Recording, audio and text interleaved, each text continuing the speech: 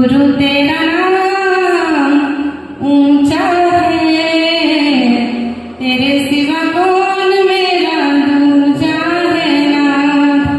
काश प्रभु चरणों में तेरे रह पाती, मौत अगर आती उम्र कर जी जाती। काश प्रभु चरणों में तेरे रह पाती, मौत अगर आती उम्र कर जी जाती। पूजा के मेरे फूल न बिखरे, भक्त की माला टूटे ना। गुरु तेरा नाम ऊंचा है, तेरे सिवा कौन मेरा दूजा है ना। ओ कितने दिनों के बाद सूरत देखी है, एक भगवान की प्यारी मूरत देखी है। ओ कितने दिनों के बाद सूरत देखी है, एक भगवान की प्यारी मूरत देखी है। और श्रद्धा के मेरे फूल न बिखरे, भक्त की माला टूटे ना। गुरु तेरा नाम ऊंचा है, तेरे सिवा कौन मेरा दूजा है ना। गुरु तेरा नाम पूजा है, तेरे सिवा कौन मेरा दूजा है नाथ। ओम नमो अरिहंताणं।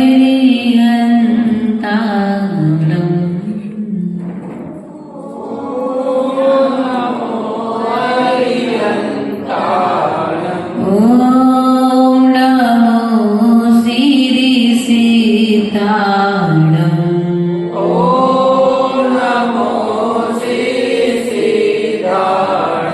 ओम नमो आयरियाणं।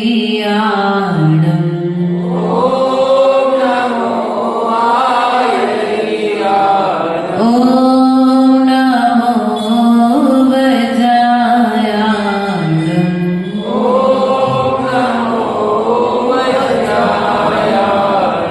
ओम नमो लोय सब सागुणं।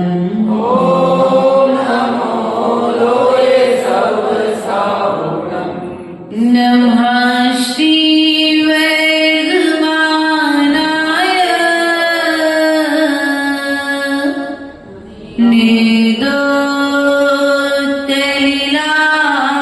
निर्दोषलिलात्मने सालोकानां त्रिलोकानां यदि विद्यादर्पणायते।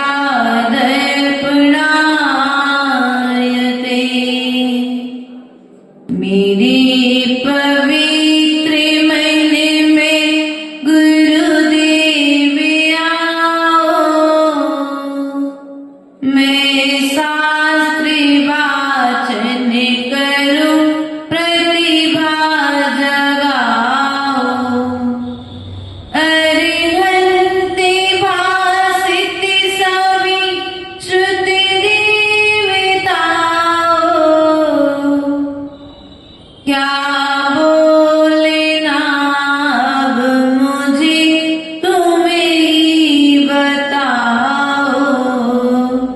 क्या बोलना अब मुझे तुम ही बताओ।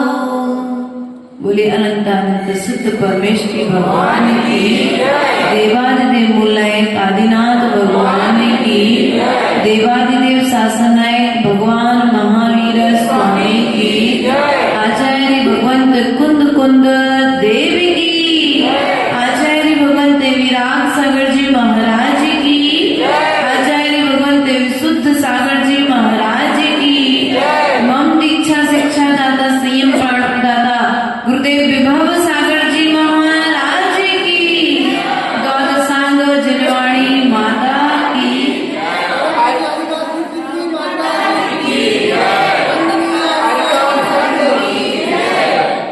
प्रिय बंधुओं,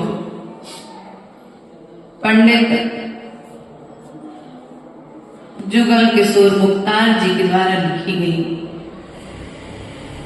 11 काव्यों में लिपिबद्ध की जाने वाली मेरी भावना, जिसे हम सभी ने आज तक पढ़ा है और प्राय करके सर्वप्रथम बच्चों के लिए मेरी भावना ही सिखाते हैं। पंडित मुख्तार जी जो थे, लगभग आज से 150 वर्ष पूर्व में हुए, तो उन्होंने ये मेरी भावना क्यों लिखी? ये विचार आपके मन में आया कभी? कभी ऐसा सोचा कि पंडित जी को ये मेरी भावना लिखने की जरूरत क्या पड़ी? मानतुंग स्वामी ने भक्तांबर स्तोत्र लिखा, स्तोत्र के माध्यम से प्रभु की स्तुति की। बादीराज स्वामी ने एक ही भाव स्तोत्र के माध्यम से प्रभु की स्तुति की। कुमुदचंद्र स्वामी ने कल्याण मंदिर स्तोत्र के माध्यम से प्रभु की स्तुति की और धनंजय कवि ने विसापाहार स्तोत्र के माध्यम से स्तुति की। लेकिन मुख्तार जी ने कोई स्तुति नहीं लिखी, मुख्तार जी ने कोई भक्ति नहीं लिखी। उन्होंने तो यह लिख दिया कि ये जो भावना है, यह भावना प्रत्येक प्राणी की अपने प्रति और पर जीवों के प्रति भावना होनी चाहिए। मेरी अर्थात मेरे स्वयं की भावना, मुख्तार जी की भावना नहीं है। मुख्तार जी ने कहा मैं ये लिख रहा हूं, लेकिन जो जो इस जीव इस भावना को पढ़े, उस प्रत्येक जीव की भावना ऐसी होना चाहिए। ये भावना लिखी क्यों गई? जब राष्ट्र की स्थापना हो रही थी तो राष्ट्रगान लिखने के लिए सभी विद्वत जनों के लिए कहा गया। तो बहुत सारे अन्य मतावलंबी और जैन मतावलंबी विद्वानों ने अपनी अपनी भावना लिख करके भेजी और जब विधानसभा में सभी की भावनाएं पहुंची, तो पहुंचने के पश्चात में क्या हुआ?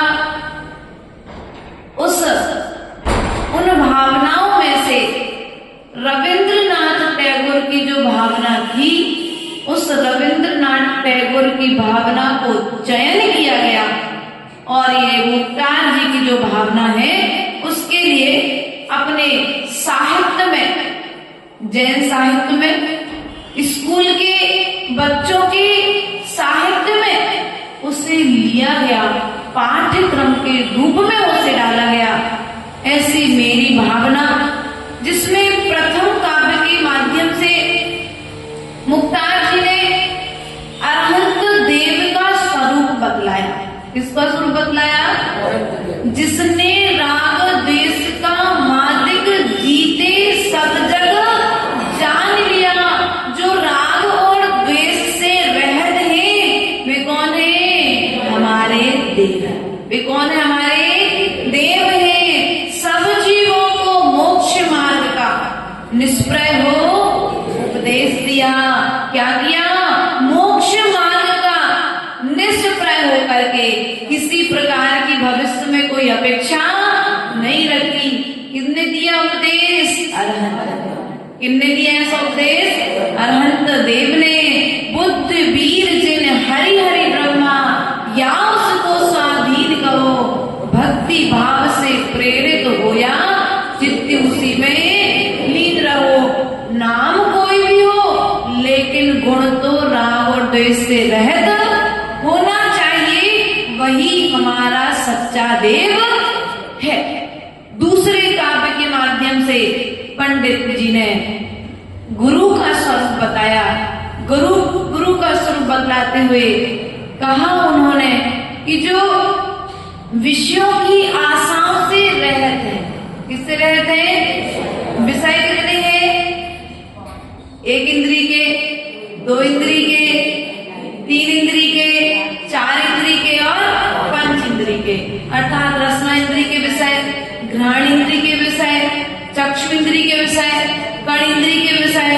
अपन ने विषय सुने हैं ना, तो उन विषयों से जो पंच इंद्रियों के विषयों से जो रहते हैं और जिन्होंने समता रूपी धन को, कौन से धन को भैया, कागज के नोटों को नहीं, जिन्होंने समता रूपी धन को अपने पास में रखा है, जो निज के कल्याण में और पर के कल्याण में निस दिन तत्पर रहते हैं, बिना स्वार्थ के, किसी से किसी भी स्वार्थ की अपेक्षा। मैं ऐसी साधना कर रहा हूं तो भगवान मुझे ऐसा फल, किसी भी तरह की स्वार्थ की भावना नहीं रखते हैं और बिना खेद किए, क्या किए, बिना खेद, अर्थात बिना आप लोग खेद खिन्नता आ जाती ना, तुम्हारी प्रसन्नता चली जाती है। अरे यार आज उपास नहीं किया होता ना तो हमको ऐसी तकलीफ नहीं होती, खिन्नता आ गई मन में। अरे कोई बात नहीं, पुण्य का उदय है, आज उपास किया है ना, आज कर्म उदय में आया है, कल वो भी आकर के वापस चला जाएगा। ऐसा बहुमान मान करके हमें विचार करना चाहिए। तो खेद, बिना खेद के जो साधना करते रहते हैं, 22 परिचयों को बिना खेद के सहन करते। परिचय कितने होते हैं, 22 परिचय होते हैं। कभी रास्ता अच्छा भी मिलता है तो कभी रास्ता, रितेश भैया कल कह रहे थे ना, माता जी इतना खराब रास्ता था, आपने कुछ भी प्रतिक्रिया नहीं की। हमने कहा भैया रास्ता जो था सो था, लेकिन हम उसमें यदि संकल्प विकल्प करते तो निश्चित ही हम कर्मों से बंध जाते।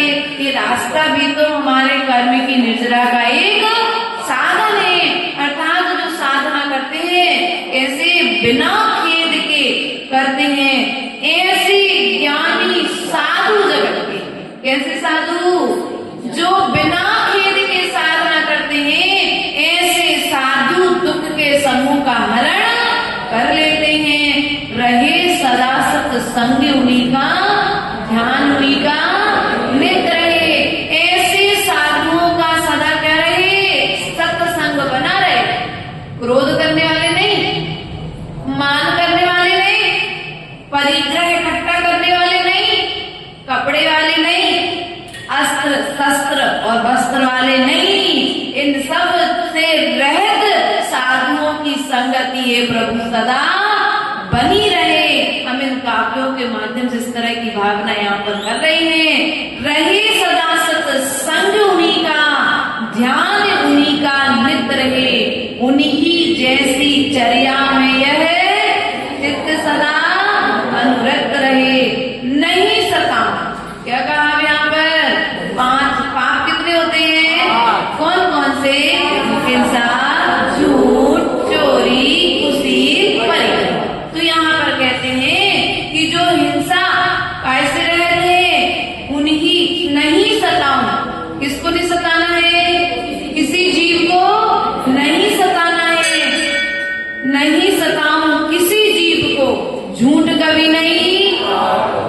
5 पाप के यहाँ पर त्याग की बात कह दी।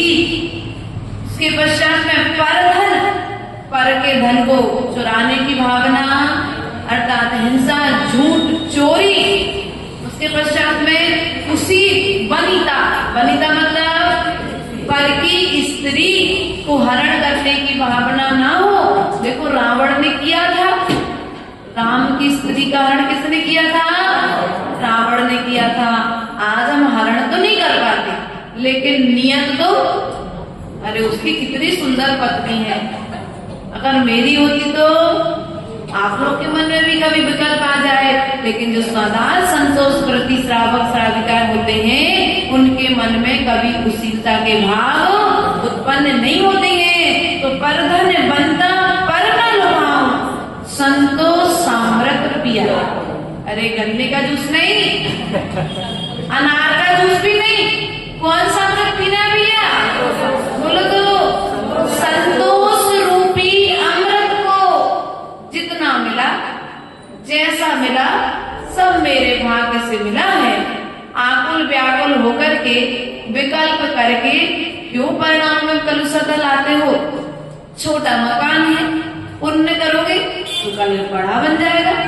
आज रोटी सब्जी खाने के लिए है, पुण्य करोगे तो कल मलाई रबड़ी भी तुम्हारी थाली में आएगी। आज सिंथेटिक साड़ी पहनने के लिए है, पुण्य करोगे तो पुण्य के प्रभाव से तुम्हें अच्छी अच्छी साड़ियां भी पहनने मिल जाएंगी, अच्छा रहने के लिए मकान मिल जाएगा। आज पंखे की हवा में संतुष्ट हो जाओ, कल पुण्य का उदय आएगा तो ऐसे भी तुम्हारे घर में लग जाएगा। ये सब वैभव पुण्य के उदय से मिलता है। मिलता है कि नहीं मिलता है? पुण्य के उदय से मिलता है। लेकिन आप तो करते क्या हो, जो है उसमें संतुष्ट नहीं हो और जो नहीं है उसकी चाह रख करके तुम सामने वाली वस्तु का भी लाभ नहीं ले पा रहे। संतोष भीतर में, जैसे हमारा साधु को देखा, दिगंबर महाराज जी, माता जी को देखा आप लोग ने, कितना धैर्य रखते हैं। समाज के लोग आ जाए तो ठीक, नहीं आ जाए तो ठीक। आहार पे चौका एक लगे तो भी ठीक और 4 लगे तो भी ठीक। आचार्य देव एक ही बात कहते थे, अपना धैर्य नहीं छूटना चाहिए। समाज छूटे तो छूट जाए, लेकिन अपनी समता नहीं टूटना चाहिए, क्योंकि समता का ताला यदि टूट गया तो मानो तुम्हारी साधना का ताला अमृत बह गया। इसलिए आचार्य गुरुदेव ने कहा है, कुछ भी टूटे कुछ भी फूटे या सब जग रूठे, काया छूटे माया छूटे या सब जग छूटे, समता ताला कभी न टूटे, परिवार आवश्यक है, ममता तजना समता भजना ही सामायिक है। सबसे पहले कौन टूटता है? घर का ताला तो बहुत देर से टूटता है, लेकिन उसके पहले समता का ताला भैया अभिषेक दीपक घर मंदिर आए थे सब लोग, और घर की चाबी तुम दरवाजे पर खड़े थे, चाबी आने में लेट हो गई या गुम गई चाबी मंदिर में, बच्चे खेलते खेलते घुमा दी बच्चे ने चाबी। अब ताला तोड़ना है ये पक्का हो गया, लेकिन उसके पहले कौन टूटेगा? समता। धैर्य छूट जाएगा, समता टूट जाएगी, और जैसे ही मंदिर के रास्ते में आती हुई पत्नी तुम्हें दिखाई देगी, तत्काल तुम उस पर बरसना प्रारंभ करते कि नहीं करते? अरे इतनी सी चाबी नहीं संभाल पाए तो ध्यान नहीं रख पाए, नाना तरह के अपशब्दों से हम उसका सम्मान करना प्रारंभ इसको किया आपने।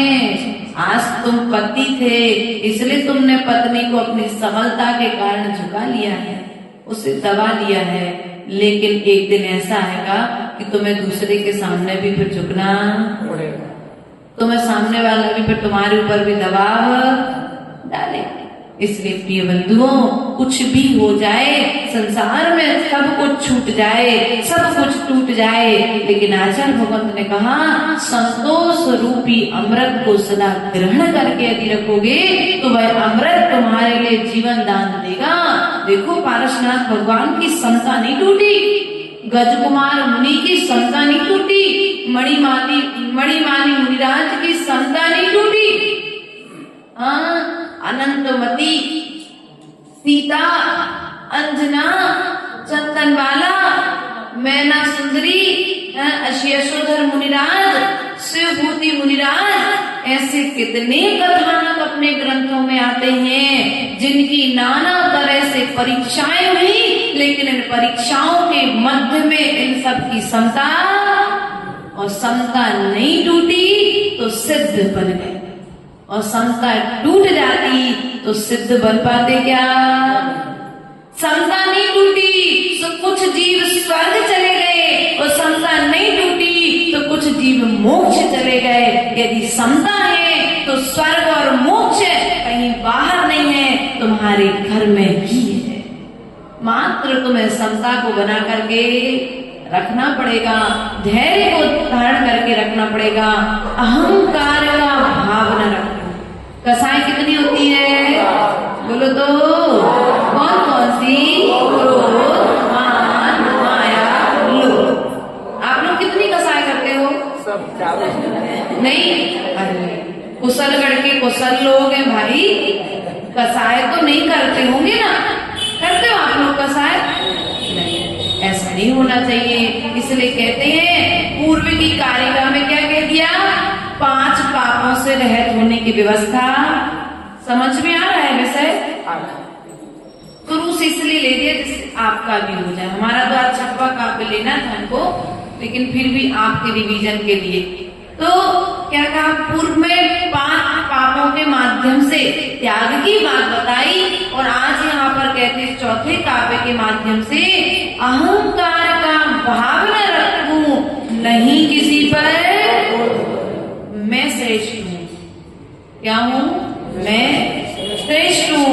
सामने वाले को जब तुम हीन दृष्टि से देखोगे तो सामने वाले पर क्रोध करोगे, क्योंकि जब तक अहंकार नहीं होगा तब तक क्रोध का जन्म भीतर में जब 8 मद पनपते हैं तब कहीं जाकर के बाहर में क्रोध उत्पन्न होता है। इसलिए अहंकार का भाव न रखूं। अरे भाई, पूर्व जन्म में कोई पुण्य किया था तो मुझे आज संपत्ति मिली है, आज मुझे इतना अच्छा परिवार मिला है, मुझे इतनी अच्छी पत्नी मिली है, इतना अच्छा पुत्र मिला है, इतना सारा ये धन मिला है। ये पाप कर्म के उदय से नहीं मिला। ये तुमने जो पूर्व जन्म में भैया मंदिरों में जो दान दिया था ना, जो जिनालयों में प्रतिमा बनवा करके विराजमान करी थी, जो शास्त्रों का दान दिया था, उस पुण्य के प्रभाव से तुम्हारे लिए वर्तमान में मनुष्य पर्याय मिली। कौन सी पर्याय मिली? मनुष्य हो कि त्रियंश? पक्का है?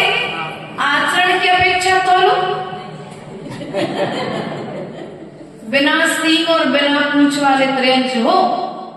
गलत तो नहीं कहा? तुम लोग नहीं, जो रात में भोजन करते हैं वो, जो अभक्ष्य भोजन करते हैं वो लोग, तुम लोग तो बहुत अच्छे हो ना, रात में खाते हो ना, रात में तुम लोग कोई गलत काम करते हो, अभक्ष्य भोजन भी नहीं करते हो। आलू, प्याज, बैगन आदि तुम लोग कहाँ खाते हो?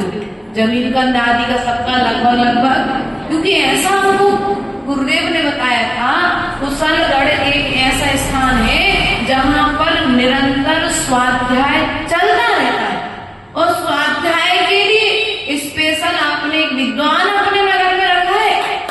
ये क्या है? और जहाँ पर जिनवाणी की आराधना निरंतर चल रही है, समझना जहाँ पर माँ जिनवाणी विराजमान है वह बार बार खुल रही है, वहां पर उसका वाचन हो रहा है। ये समझ लेना, एक दिन ऐसा तुम्हारे जीवन में आएगा कि जिनवाणी को सुनते सुनते एक दिन तुम समोसण में जाकर के विराजमान। इसलिए कभी भी जो वैभव तुमको मिला है, जो वस्तु तुमको मिली है, उस वस्तु के प्रति कभी राग भाव, अहंकार नहीं करना। ऐसा विचार करो, पुण्य कर्म उदय से मिला है, पाप कर्म उदय में सब छूट जाए। क्या देखो, श्रीपाल राजा था कि नहीं था? श्रीपाल राजा था कि नहीं था? बोलो तो, कौन है? क्या पक्का में राजा था ना? मंत्री तो नहीं था, कोई चोर तो नहीं था, लेकिन पाप कर्म का उदय देखो कैसा उदय में आया कि जो राज्य का राजा होने वाला था, युवराज पद पर था, कुष्ठ रोग हो गया, सो राज्य छोड़ करके दूसरे नगर को बिहार, अपने चाचा को राज्य सौंप करके वो दूसरे राज्य में चला गया। कहीं मेरे इस महामारी के कारण मेरे नगर के और श्रावक इस रोग से ग्रसित ना हो जाए, सो राज्य छोड़ करके चला गया। संपत्ति भी छूट जाती है जब पाप कर्म का तीव्र उदय आता है, और जहाँ संपत्ति छूटती है वहाँ परिवार छूट जाता है, और जहाँ पर परिवार छूटता है वहाँ पर बुद्धि भ्रष्ट। इसलिए ऐसा कोई पाप मत करो कि संपत्ति, परिवार और बुद्धि तुम्हारा साथ छोड़ दे। अहंकार का भाव मत रखो। जो है सो हाँ भैया है संपत्ति हमारे घर पर, लेकिन ये हम अपने साथ में ले जाने वाले, अहंकार मत रखो। अब वैराग्य का भाव रखो। रावण के पास में सोने की लंका थी, अहंकार किया तो 1 लाख पूत 1.25 लाख हाथी, जिनके घर में बोलो तो दिया ना, सुनी तो है ना ये कविता।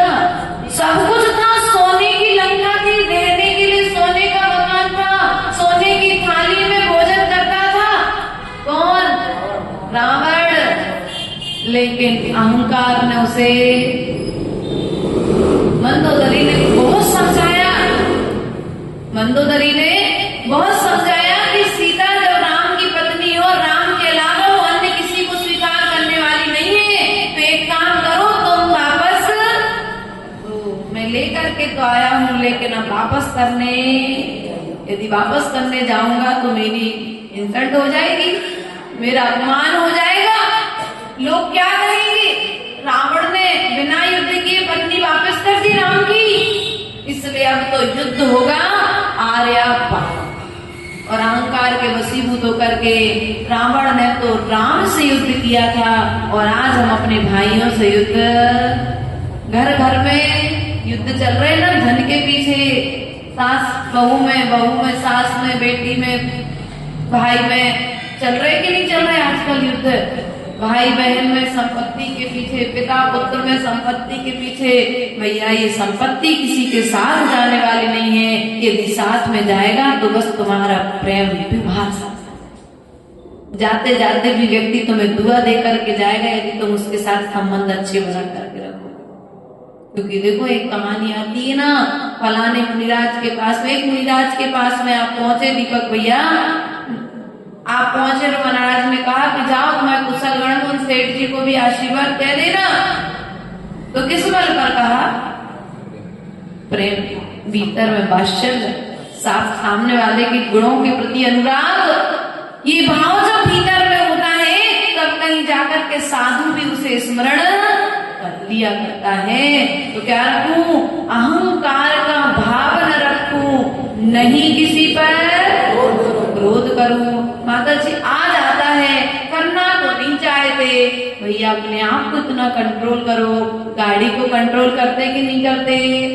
घोड़े को भी कंट्रोल करते हो, गाड़ी को भी कंट्रोल करते हो, अपनी मशीनें यदि घर में चलाते हो तो उस मशीन को भी कंट्रोल में, और फिर अपने मन को कंट्रोल क्यों नहीं रखते हो? यदि हमारा मन कंट्रोल में रहेगा तो फिर हमें क्रोध नहीं आएगा। देख दूसरों की बढ़ती, वाह क्या बात है, ये तो नहीं हो सकता माता जी, दूसरों की बढ़ती देख करके भीतर में ईर्ष्या भाव ना आए, ये तो हो ही नहीं सकता। हमारी दुकान कम चलती है, सामने वाले की दुकान ज्यादा चलती है, हमारी बहू तो अच्छी नहीं मिली, पड़ोसी की बहू कितनी अच्छी है, ईर्ष्या भाव नहीं लिया। हमारा पुण्योदय में जितना है मुझे उतना मिल रहा है, सामने वाले के भाग में जितना उतना मिल रहा है, वो पूर्व जन्म में पुण्य करके आया है, वो वर्तमान में पुण्य कर रहा है। एक व्यक्ति है जो 6 बजे से दुकान खोल करके बैठता है, पूरे सुबह से लेकर के शाम तक में वो 1000 रुपए कमाता है, और एक दूसरा व्यक्ति है वो मात्र 10 बजे भगवान का अभिषेक, पूजन, प्रवचन, आदान करके जाता है, और 10 बजे अपनी दुकान खोलता है, और शाम के 4 बजे टाइम पर भोजन करता है, तभी भी उससे दोगुने पैसे। किसकी महिमा है? पुण्य की महिमा है।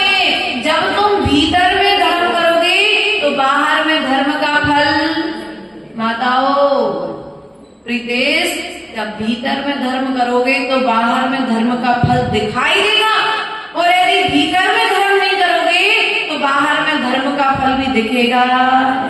अब कोई कहे माता जी हम तो बहुत धर्म करते हैं, लेकिन हमारा पड़ोसी तो मंदिर भी नहीं आता, कोई पुण्य भी नहीं करता, और तो और व्यसन करता है, जुआ खेलता है, लेकिन फिर भी उसके पास बहुत पैसा है, मेरे पास तो बिल्कुल पैसा नहीं है। ऐसा उन्हें विकल्प आता ना। प्रत्येक प्राणी के मन में आता है, चिंता नहीं करो, उसने पूर्व जन्म में दान दिया था ना, उसने पूर्व में पुण्य करके आया है, तो वर्तमान में उसे मिल रहा है, लेकिन भविष्य में मिलने वाला बोलो तो मिलेगा क्या?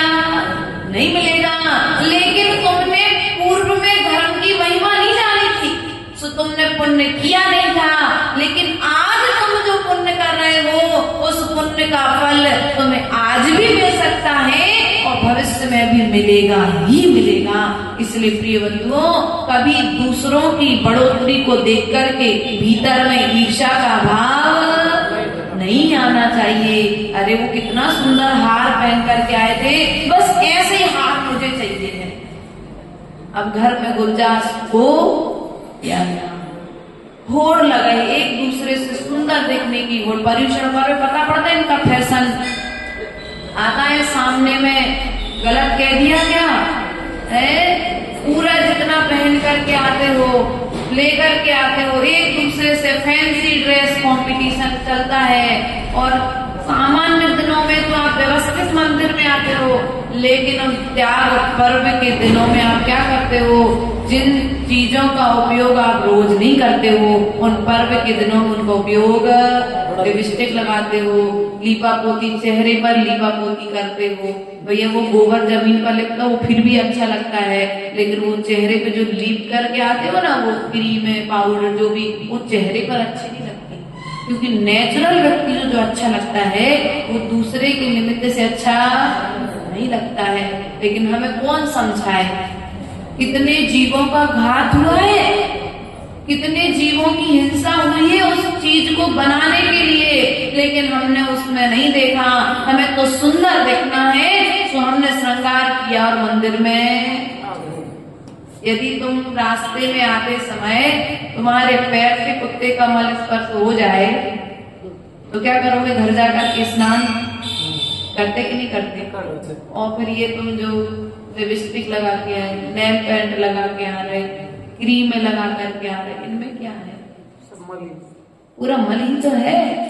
किसी में हड्डी डली है, किसी में चमड़ी डली है, किसी में खून डला है। आप लोग देखो जानो, हमने तो सुना था, सो बचपन में ही त्याग कर दिया था, लेकिन आप लोग आज देख भी रहे, जान भी रहे, समझ भी रहे, लेकिन त्याग सुंदर दिखने का है।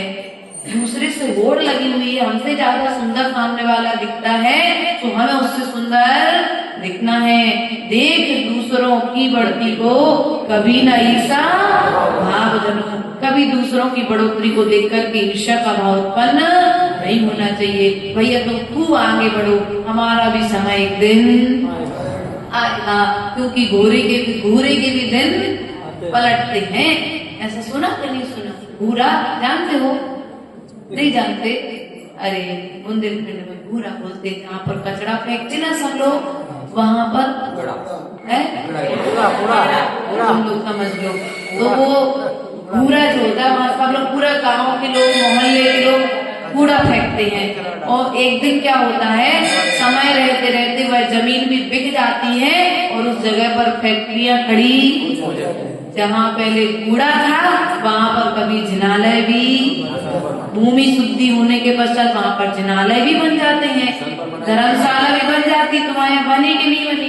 तो यहाँ पर ऐसा कहते हैं, यदि तुम ईर्ष्या का भाव नहीं रखोगे तो तुम्हारे दिन भी एक दिन फिरेंगे, जो आज रंग है वह एक दिन राजा बन जाएगा।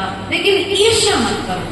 यदि तुम ईर्ष्या करोगे तो गुरुदेव कहते हैं जीवन में कभी ईश्वर नहीं बन पाओगे, क्योंकि जो ईश्वर बने हैं उन्होंने दूसरों की बढ़ोतरी को देख करके ईर्ष्या नहीं की है।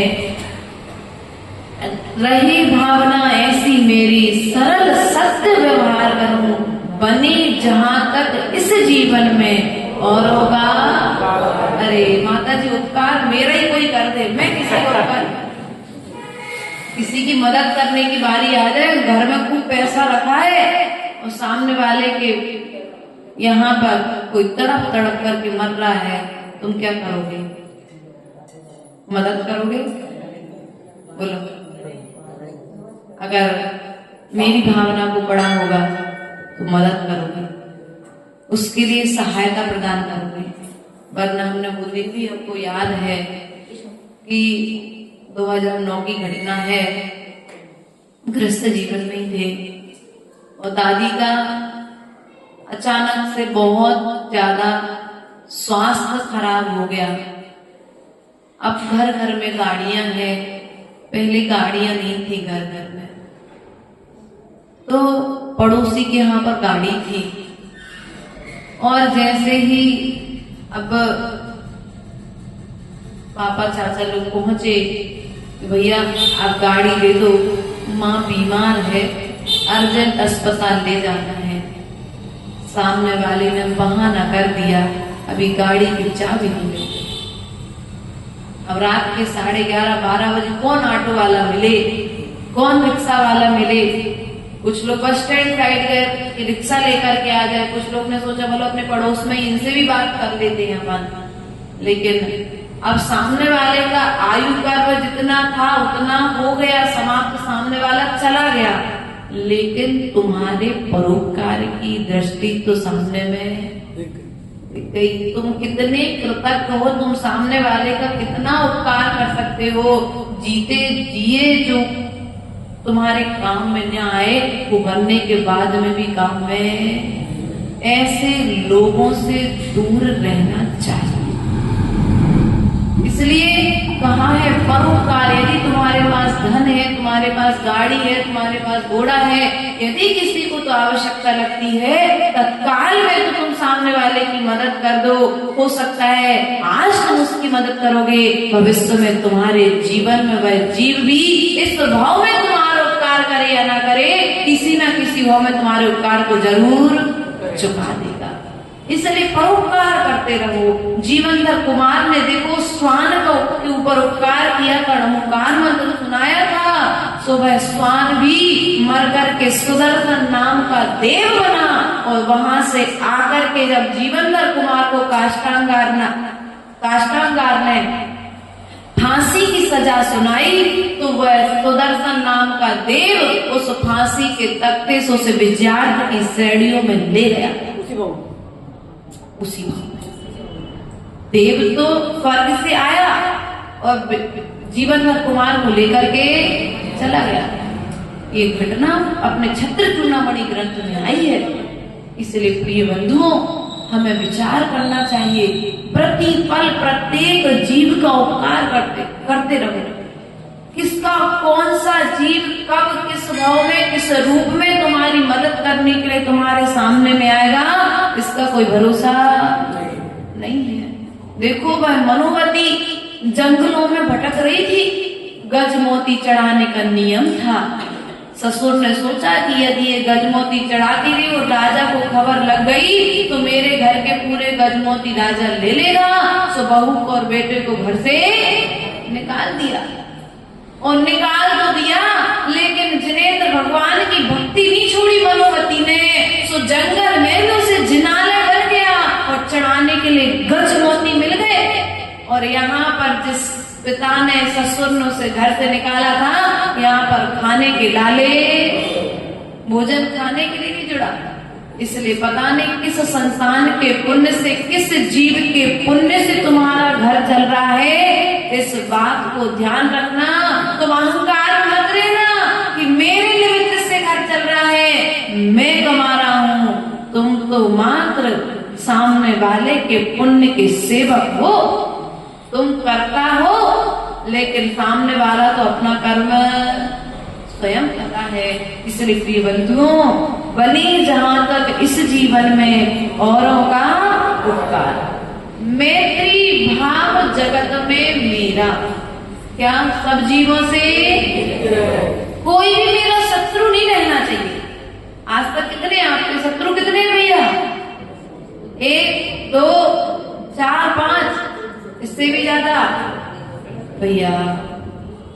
मित्र कोई हो या ना हो, लेकिन गुरुदेव सदा कहते थे शत्रु कोई नहीं होना चाहिए।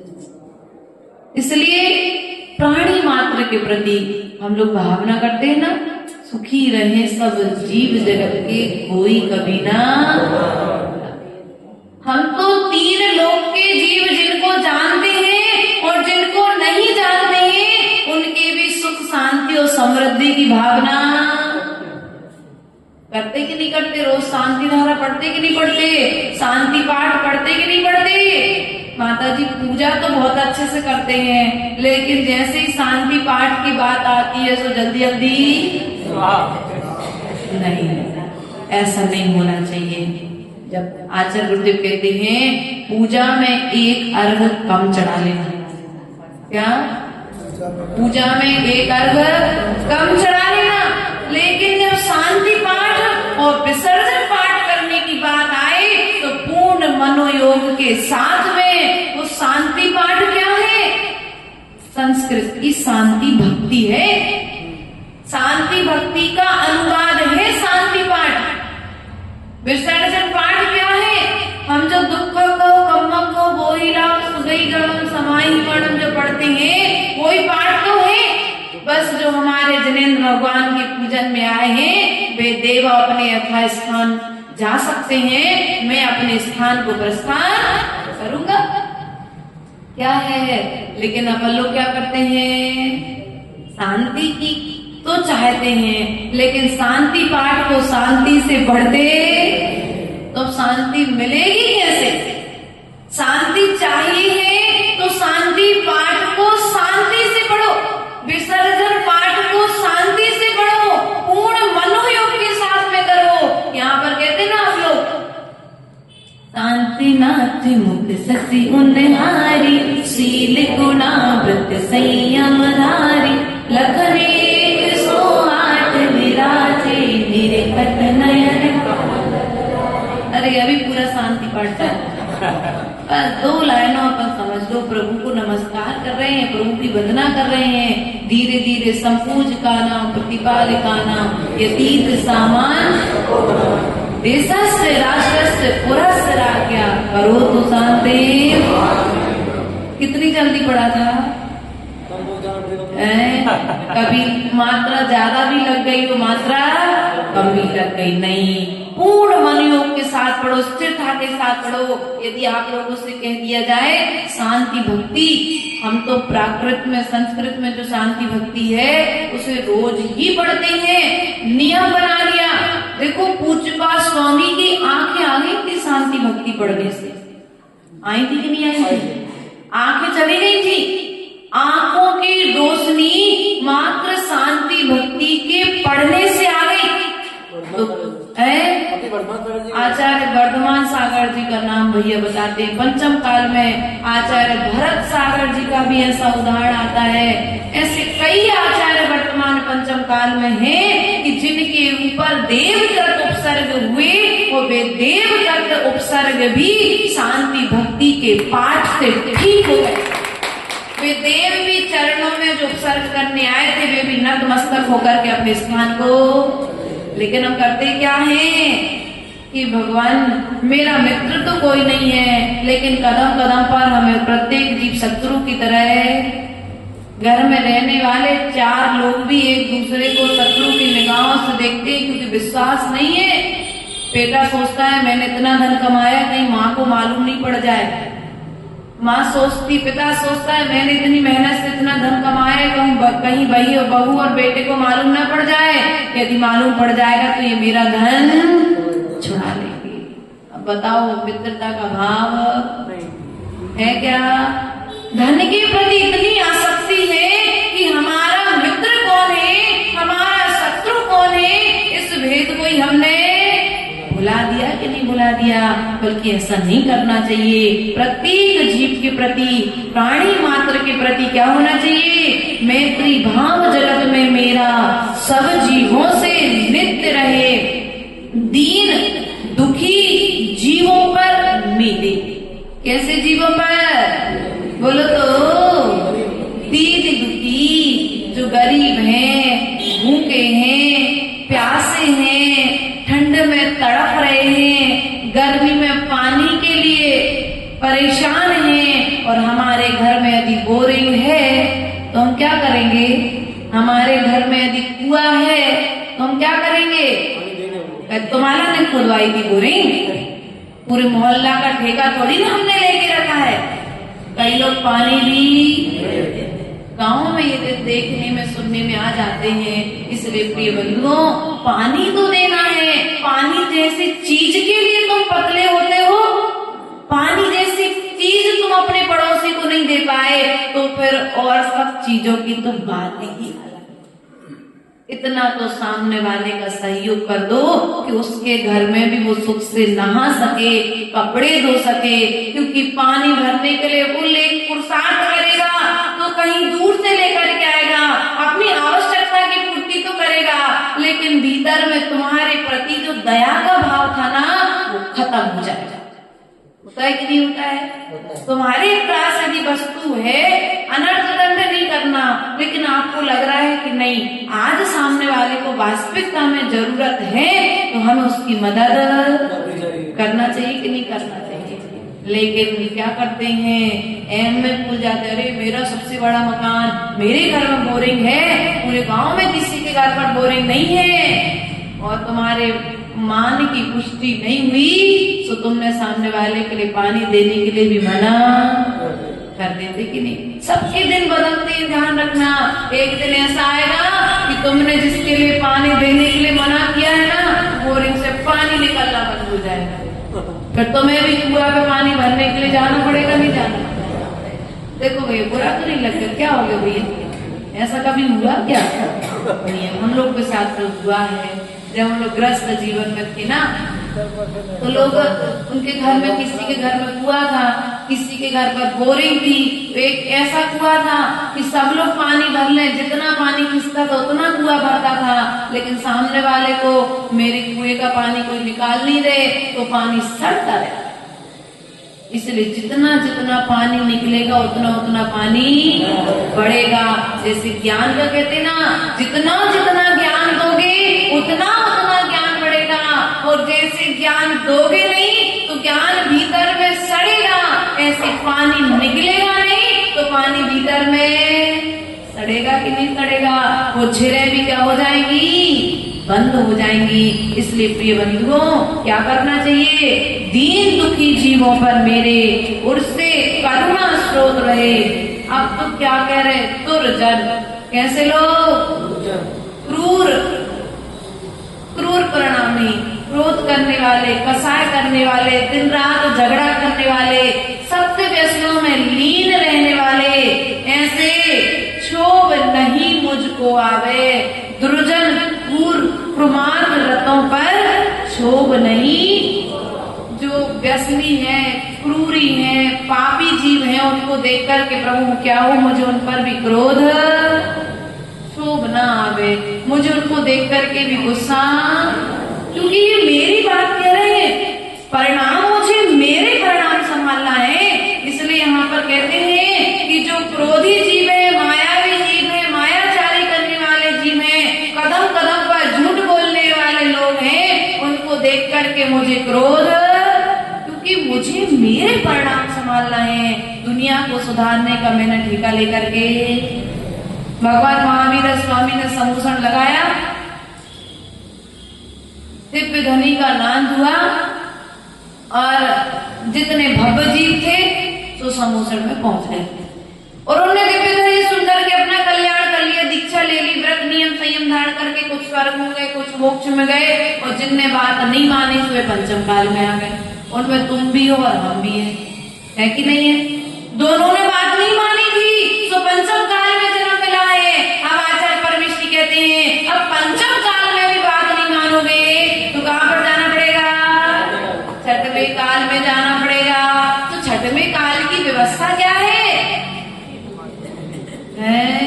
यहाँ तो रोटी खाने मिल रही है, वहाँ पानी पीने मिल रहा है, वहाँ पर ना तो रोटी खाने मिलेगी और ना पानी पीने मिलेगा। यहाँ तो बढ़िया बटन चटकाया, एसी चालू हो गया, पंखा कूलर चालू हो गया, वहाँ पर ऐसा व्यवस्था मिलने वाली। छठवां काल आएगा, दुखों से भरा रहने वाला है। वहाँ पर मनुष्य, तुम्हारे पास तो आज कितने फीट की हाइट है भैया? 3.5 हाथ की तुम्हारी अंगहाना है। अपने अपने हाथ से, अपने अपने हाथ से नाप लेना। 3.5 हाथ की तुम्हारी अंगहाना है, और छठवें काल में जीवों की अंगहाना कितनी रहेगी? एक हाथ 1.5 हाथ इससे ज्यादा के व्यक्ति इतने ये एक हाथ नहीं, एक हाथ, ये हाथ पूरा हाथ नहीं है, कोहनी से यहाँ तक एक हाथ दिया जाएगा। मनुष्य गति का रहेगा।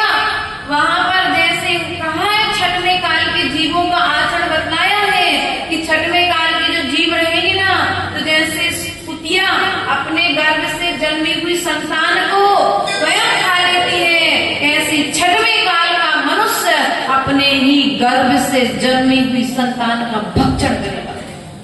उसे खाने के लिए रोटी मिलने वाली, जैसे नागिन अपने बच्चे को स्वयं खा लेती है। भूख की वेदना, प्रसव जब होता है तो भूख की वेदना होती है, और भूख की वेदना इतनी तीव्र वेदना होती है तो नागिन अपने बच्चे को स्वयं, वैसे ही छठवें काल का मनुष्य भी मनुष्य को खावेगा। इसलिए प्रिय बंधुओं, आज समय है, समय से संभल जाओ, वरना छठवें काल में फिर जाकर के दुखों को उठाना पड़ेगा। आज दुख बहुत कम है। अभी देखो तो पंचम काल के 21,000 वर्ष में से अभी मात्र कितने निकले भैया? 2600 लगभग चल रहा है। 3000 वर्ष भी पूरे नहीं निकले,